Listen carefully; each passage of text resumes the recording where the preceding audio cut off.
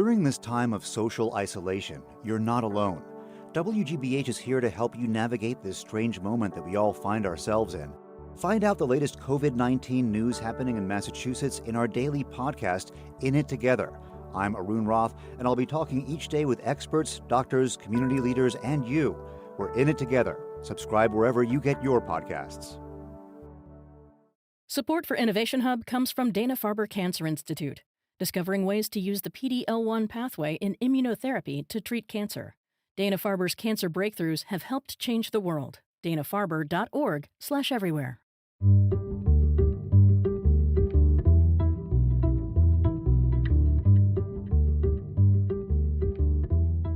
Welcome to Innovation Hub. I'm Kara Miller. There are some real upsides to living in cities. But here's a downside. Human density makes it easy for disease to spread, which leads us, says urbanist Richard Florida, to a paradox. If you look at the course of human history, from the plagues in London, the Black Plague in Europe, cholera epidemics, the Spanish flu epidemic, none of them have really made a dent in this great force of urbanization. Florida is a professor at the University of Toronto's School of Cities and the co-founder and editor-at-large of the website CityLab. So I think in the long run, cities and urbanization will be fine. The question is, how do we best protect ourselves, our communities, our loved ones, the vulnerable, and all of us during the short run? That's really the question we're asking now.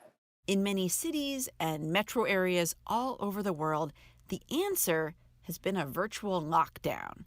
Nobody on the Spanish Steps, an occasional car passing through Times Square, emptied out beaches in Southern California. But, as Florida notes, the lure of living close to other people, it's endured. And empty streets are going to fill again. What's surprising, Florida says, is that cities will be shaped, perhaps forever, by the moment we're living in now. The coronavirus pandemic of 2020 could change how we work, how much money some of us make, and why we move from place to place. One thing that's going to happen, he argues, is the acceleration of a pretty recent trend, the rise of delivery. Grocery delivery, clothing delivery, everything delivery.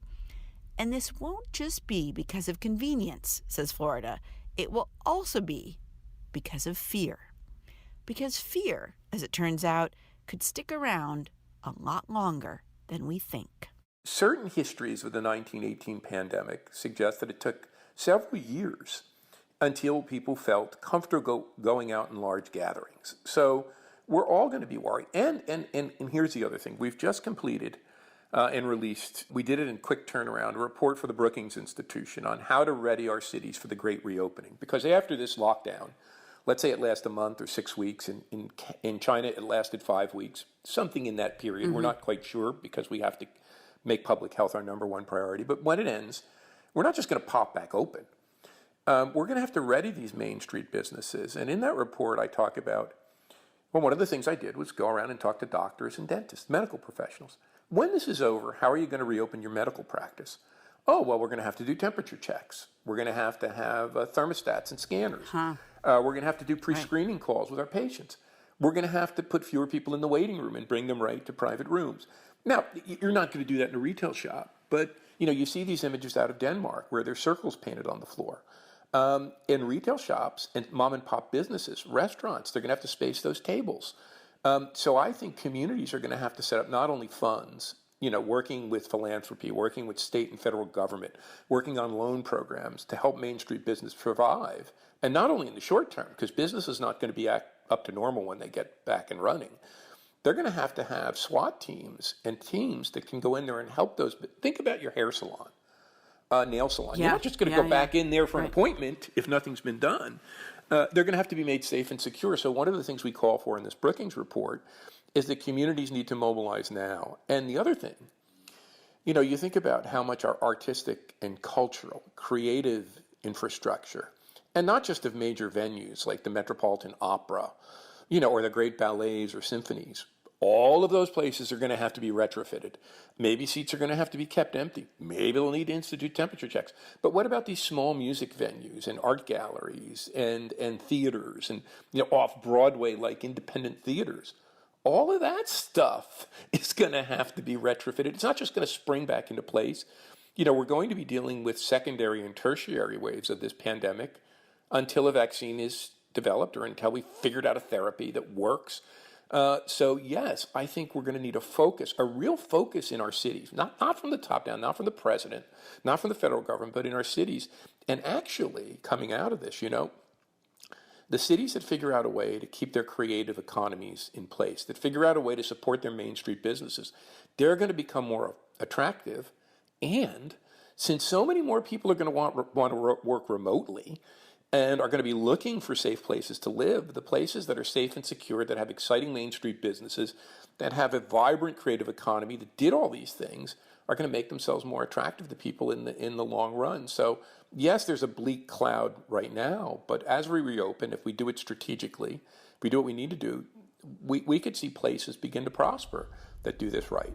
Let me dive into this a little bit, because when you were talking about the 1918 flu, it sounds like you're saying that people were not just scared, even in the medium term, like even in the 12 months or 18 months, even in the time that maybe the flu was really something they could catch.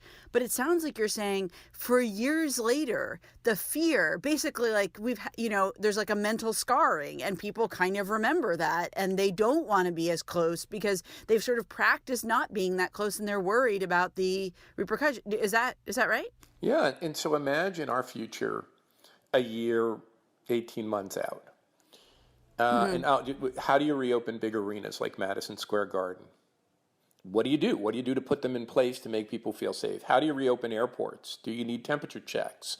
Do you need spacing in the waiting lines and queues?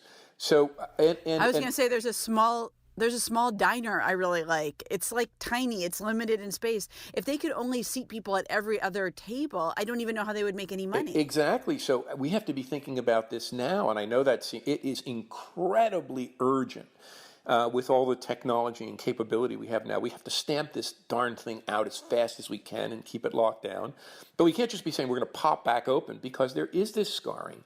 People are scared. I think, I hate to say it, we're going to be looking like consumers that we used to when we'd go to an Asian city, when I would pop it down in Shanghai or Singapore and Hong Kong, see all these people with masks running around and, not giving handshakes.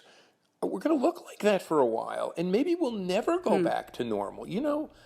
There is a risk, and pandemics, these great ones seem to only come around every 100 years, but there are smaller scale pandemics that have come around.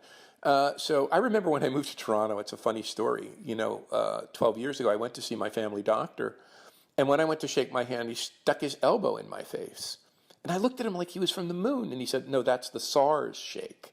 Because Toronto had seen that SARS epidemic that didn't hit as many. Right. That's the SARS shake, he said, "Richard. That's the way we do it here."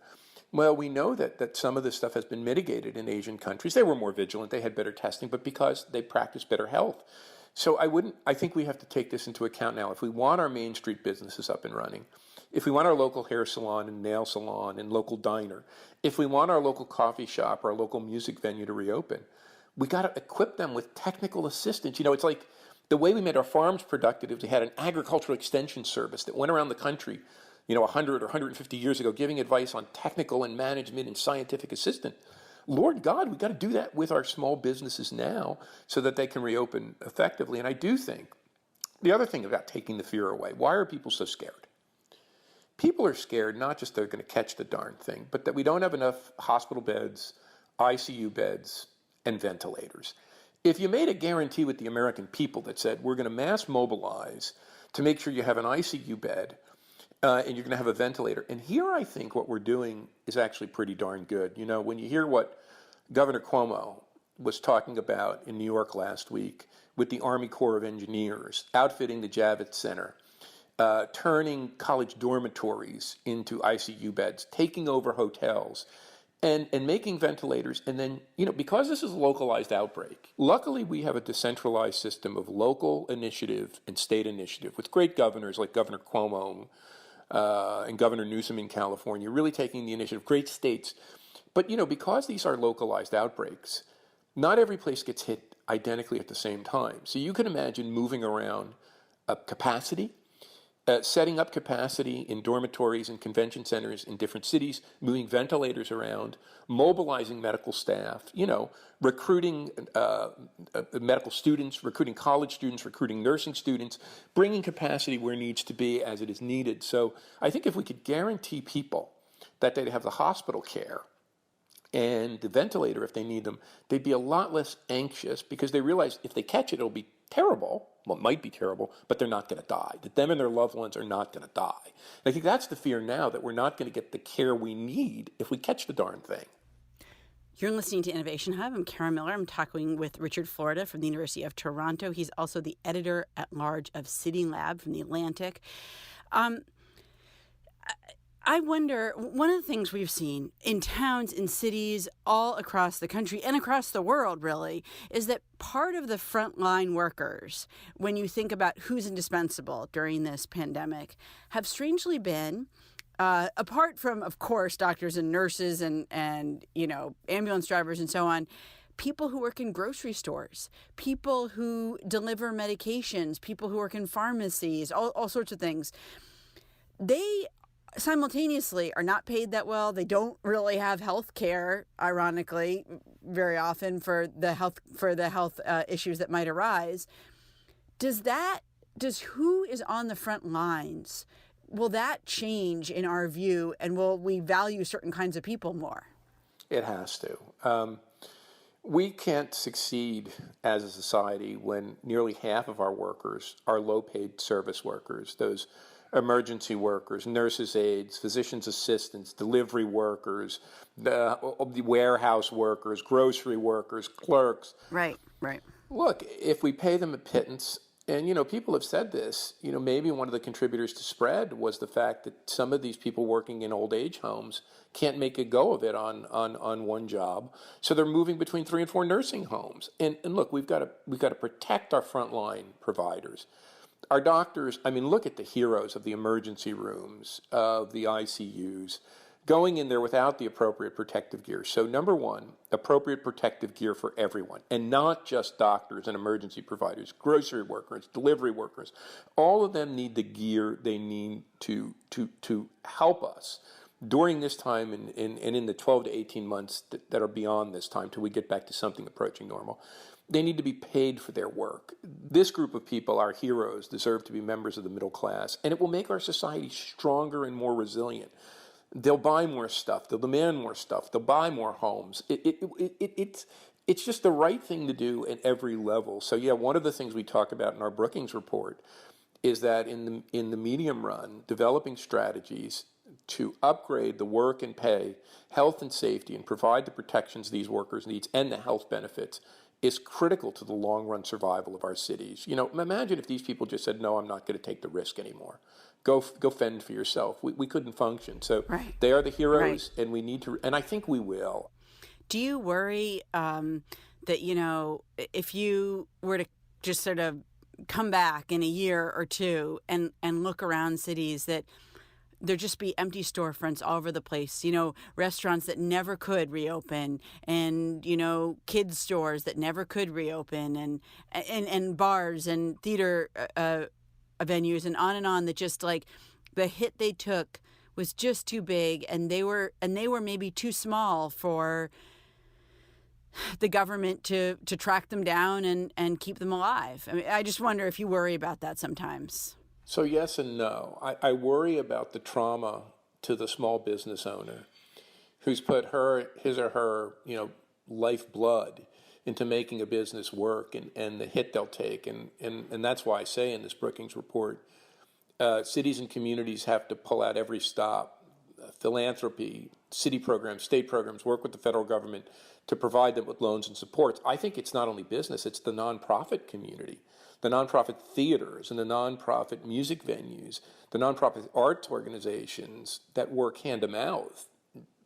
How do we get them the support they need? But no, I don't think our cities are going to be emptied. What I worry about is the trauma to individuals. I think new businesses, new enterprises, new music venues, places will be reconstituted. I do think we'll have a breather, which makes these spaces more affordable. I said this in 2008. I said, we're going to have a breather. We should take advantage of it. We should think about it, and we didn't. And then affordability became unaffordability, and housing prices and real estate prices skyrocketed. What I worry about more is this kind of hyper-materialism, shallowness, this hyper-individualism that seems to be a track we've been on for the past 20 or 30 years. I hope this snaps us out of that. I hope this hits the pause button there. I hope we can become a more civically connected, socially minded society. Not, Stephen Colbert used to say, in the old show, I got mine, Jack. I hope to God this is something that gets us beyond that. And that's my big worry, that somehow, because we are so smart and our scientists are so good and our medical professionals will come up with a vaccine, that we'll forget this. And yes, city life will go on, but we'll go back. And to make up the point, to put the point on it, I said this before, the darn 1918 pandemic, which was horrific, which cost millions upon millions of lives, was followed by one of the shallowest periods in American life, the Roaring '20s, the Great Gatsby era, the thing that we point to as the Gilded Age that we were falling into. So cities survived the pandemic, but we fell into this as a country, this age that we're almost embarrassed about, the Roaring '20s. We look back at the 30s and 40s and 50s as the age we came together to build a middle class, to reward factory workers. So that's what I worry about, that as we get past this, we fall back into our old social routines and this hyper-individualized culture. Now, I'm optimistic that this is going to be our wake-up call. It's going to be a wake-up call for my kids, too. But I'm realistically optimistic because that's the pattern that I worry about. I wonder just about millions and millions of people have been told work remotely, like not doctors, not sanitation workers, but a lot of people. A lot of people are working remotely who did not normally do that or did it maybe from time to time, but not as a matter of course. Does this change things, do you think, when we go back to work? Will as many of us actually go back to work? I should say, I'm talking to you from my closet and you are talking to me from your house. So, I'm speaking from experience here. So no, I think remote work and the semi-quarantine life is here to stay, elements of it. I think that many people are going to find remote work to be more effective. That those silly meetings that are now physically dangerous, that take up so much time, are not warranted. You can do those via Zoom. That having giant conferences, maybe a lot of that can be done better virtually. A lot of education is going to move online. And I don't think just college education. Elementary schools and high schools are moving to this. I think many people are going to find that some of this stuff is done very effectively online. There's other stuff that's not done very effectively online. So, look, here's what I think will happen. For those professions that depend really on density, not just face-to-face interaction, but for career mobility, like high tech, like finance, like media, like journalism, where your personal network is essential, those things are going to cluster in cities. For other things that don't require that, or for people who don't need to be in that mix, remote work is going to be an increasingly big option. But here's the rub on all of this. I don't think this is going to spread us out. There are a lot of people saying, oh my God, remote work, telework, computers are going to spread us out. We're all going to go running to the country. And of course that has happened. People have, scattered out of big cities into the countryside, especially those with means. But I think what's likely to happen is if airports and air transportation is really impacted for a prolonged period, which it's likely to be. I think what it's going to take to get our airports up and running again is going to be way bigger than what happened in the wake of the terrorist attacks of 9/11, to make them safe and secure and healthy and you feel comfortable on a tube with other, from anywhere from a half an hour to a 10-hour flight. If air travel is impacted, and you can't commute as easily from a remote location into a hub like New York or Boston or Washington or San Francisco or LA, I could go on, that's going to mean people whose livelihoods depend on those industries are going to have to move back into the center. into where that center is. The media center in Los Angeles, the academic center in Boston, the music center in Nashville, the tech center in the Bay Area. Right. And so if air travel is impacted, it's going to, we call it geographic inequality, spatial inequality.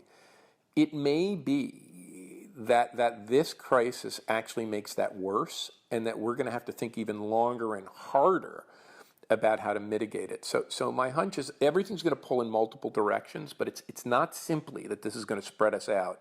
It may cause certain very high-paying, high-wage, very important things to cluster even more than they are now. Richard Florida is the co-founder and editor-at-large of Sitting Lab. He's also a professor at the University of Toronto. Thanks for coming back on the show and talking to us at this time. Oh, thanks for having me on at such a troubled time, but I do think there's great light at the end of this tunnel. Our cities will be back, and if we stay vigilant, we'll probably participate in one of the greatest global public health events in modern history. So thank you for having me on and being able to contribute. Thank you.